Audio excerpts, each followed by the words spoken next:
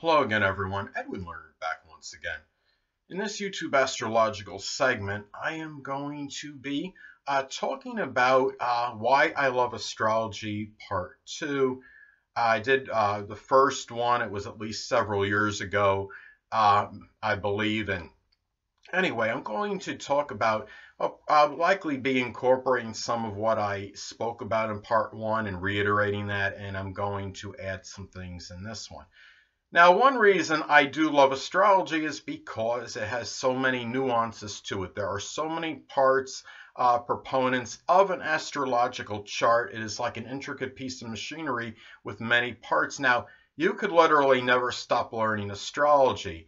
I mean, what's so fascinating about, another thing I love about it is it has so many different branches. I mean, you have meteorological astrology, for example, mundane astrology, predictive astrology, even the relationship and compatibility element or aspect of astrology, medical astrology.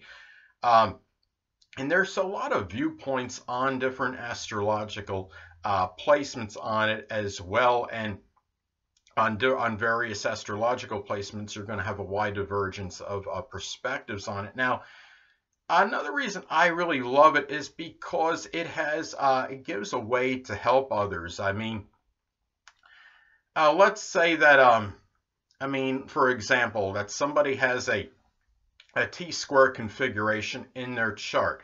Now, in a T-square configuration, you could look at the point that's opposite of the focal point in that configuration, and that could be advantageous to them, perhaps as far as alleviating the negativity connected with the configuration. I mean, it's not going to necessarily eradicate that influence, but what it can do is it could give you some relief from the adverse part of that configuration.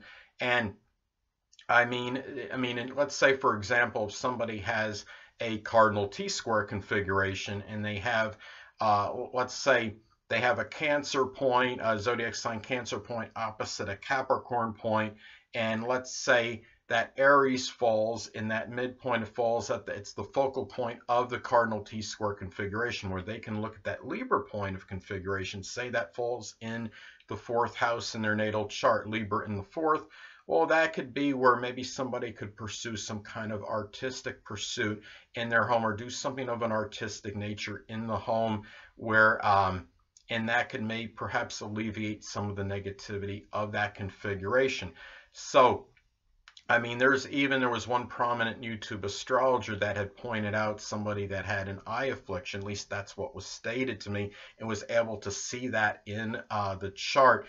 And the thing about it is, now, another reason why I love astrology is because, I mean, you could look at it and give some people some hope in terms of they're experiencing something negative in their life. Now, let's say that somebody's going through a very a strong period of despondency and feeling very melancholy. And let's say that they have transit Saturn in the 3rd house. Okay, that could be maybe the reason astrologically why this is happening. But let's say that it's going to be on its way out in, like, say, less than a month, that it's going to hit the 4th house and leave the 3rd. Well, that might give that person some hope in terms of, well, maybe that feeling, that despondent energy may be actually leaving soon. So anyway, sorry people, even us Taurus rising people, you know, we get fatigue every now and then. So anyway, well, another thing too is that I look at this as well, and the thing about this is as well why I really love astrology is because the fact that I'm doing it, I mean, it certainly gives me something to do, and it can break the monotony in my life. I mean, if astrology did not exist, I would be more dominated by sports. And I mean, sports, I love. I'm enthralled with sports. I mean, I really do love sports. I've been following sports since around 1980, 81. But even sports can get monotonous as well, and I do like to broaden my interest to some degree. And also, another reason I'm so infatuated with the subject of astrology is because it really, I mean, it gives me, certain happiness. And I think also another reason what I look at is it could make you more cognizant of yourself and give yourself greater self-understanding. And I mean, a lot of people will just look at their sun sign and they just know very superficially about their horoscope and this real fundamental knowledge. They say, oh, my sun sign don't fit. Oh, that means astrology doesn't work. But if they delve a little deeper and look at least into their moon sign and ascendant, they could understand in a lot of instances why they might not act like their sun sign, or at least not exhibit those characteristics outwardly as much as opposed to their ascendant or rising sign. So anyway, and another reason I love astrology is because, I mean, it really just gives a lot of great memories connected with it. I can remember a prominent family member who was guessing like sun signs and rising signs of celebrities like instantaneously. She was guessing them like with lightning speed. Now, I can remember one time when we were watching some kind of it was a commercial for a movie that John Travolta was in, and I guess I mean she'd asked me the sun sign. I said, well, he has an Aquarius sun, and then she stated with a lot of animation on her face. She says, oh, Cancer ascendant, and she was smiling and looked so animated. It was like she was letting me know she knew. It was like she knew that he had a Cancer ascendant. It wasn't even. I mean, she said it in an inquiring way. But I could tell that she felt confident that she was right in that. And ironically enough, John Travolta again has the Cancer ascendant, and the prominent family member also has a Cancer ascendant. I believe they both had it in 29 degrees. So it's not a shock to me that she was really able to get his ascendant that quickly. And another time we were just talking about another celebrity, a prolific athlete. Many of you may have heard of Nolan Ryan. He has the all-time strikeouts mark for a pitcher. And Nolan Ryan has a Aquarius sun and Pisces ascendant. But I had asked that prominent family member, I said, what do you think his moon sign is? And I just wanted to see, you know, what she would say. And she paused for a little bit. She didn't answer that in that instantaneous manner as the other question, a lot of the other responses she gave. But she said Gemini, and sure enough, she was right. So really, what it really is about, I mean, there are, and another good example of a memory I had, I thought was funny, is that someone told me, I can remember in high school one time, when I was talking to some people regarding their sun sign placements, and then I had this friend of mine that said, well, what are you, the school astrologer? Yeah, he pronounced it that way, astrologer instead of astrologer. It just shows how fundamental his knowledge was of the subject. And I would think that he would have had better pronunciation skills, considering he has his Mercury in its dignity in Gemini. But, well, he does have a sarcastic and caustic Scorpio ascendant, so that didn't really surprise me that he would say something like that one time.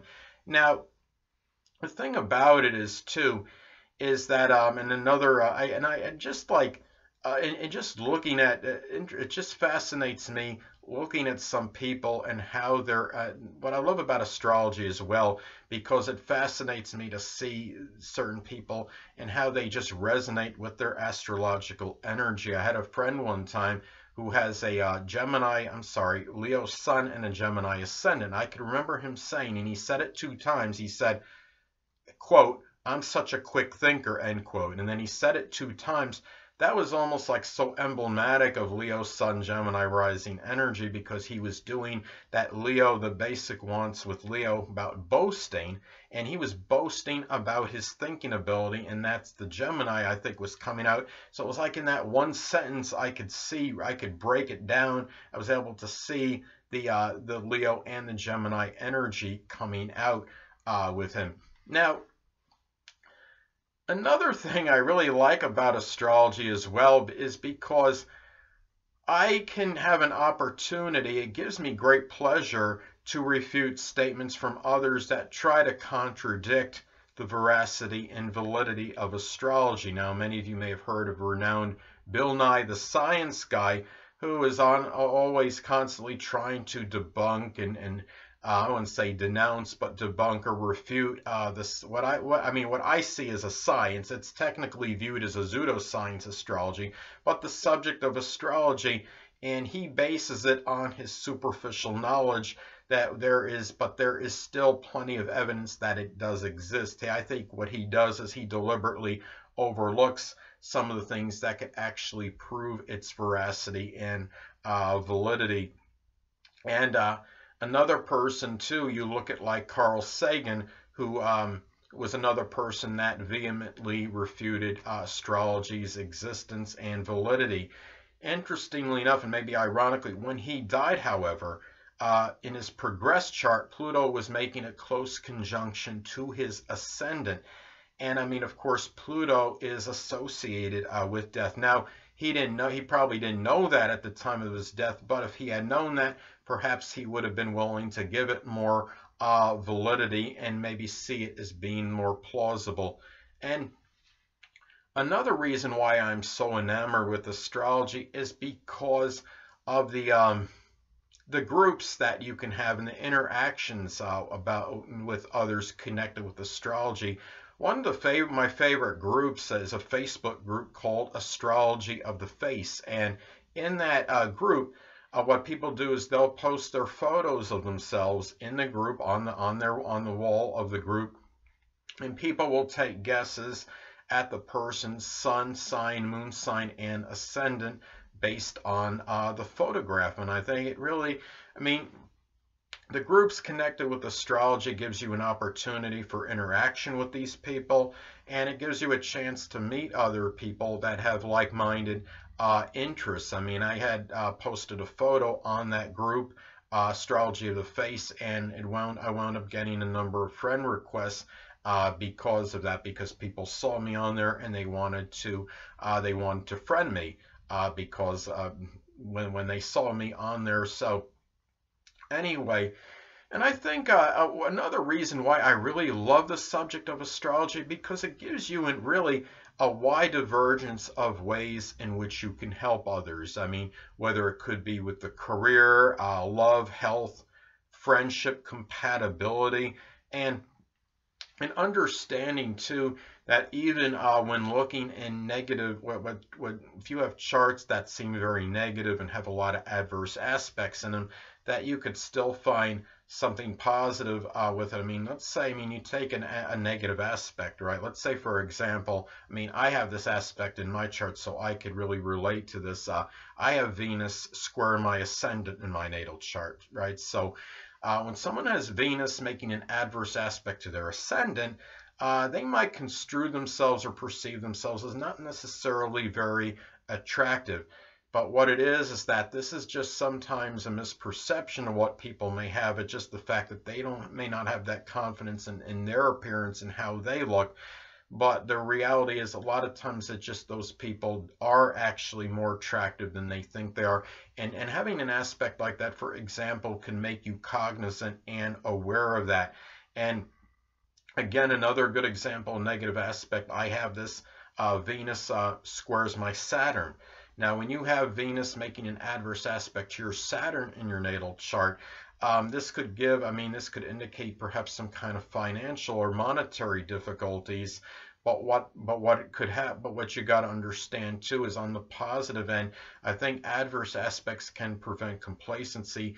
Venus making an adverse aspect to Saturn can simply indicate that one may have to work more laboriously to attain things of a monetary and material nature. Somebody, let's say, that has Venus making, let's say they have Venus making a sextile or trine to their Saturn, that could give a lot of discipline working and be able to generate income, and maybe without nearly as much effort. It's more of a natural flow. And especially, Venus making a sextile or trine to Jupiter, money may actually be generated without an overabundance of effort to actually attain it. And people might be a little bit more fortuitous in terms of generating income, but it doesn't mean that it's the end of the world if you have Saturn making an adverse aspect to your Venus in your natal chart. But it can make it a little bit harder and maybe some more roadblocks in terms of attaining any affluence. So anyway, and really, those are the reasons why I do love astrology. Um, Anyway, people, that'll conclude this YouTube astrological segment for Why I Love Astrology Part 2. Stay tuned next time where I'm going to be giving you my Sagittarius August 2018 horoscope forecast. Two things I want to get with you on before I head out. Firstly, the stars may impel but do not compel. And secondly, never isolate any single astrological element, aspect, planetary placement, position, configuration, influence, or what have you, and make an analysis of a person, astrologically speaking, based on this alone, because astrologically speaking, the person is the sum of all their components in their natal chart, and not just one. Until next time, people, stay well.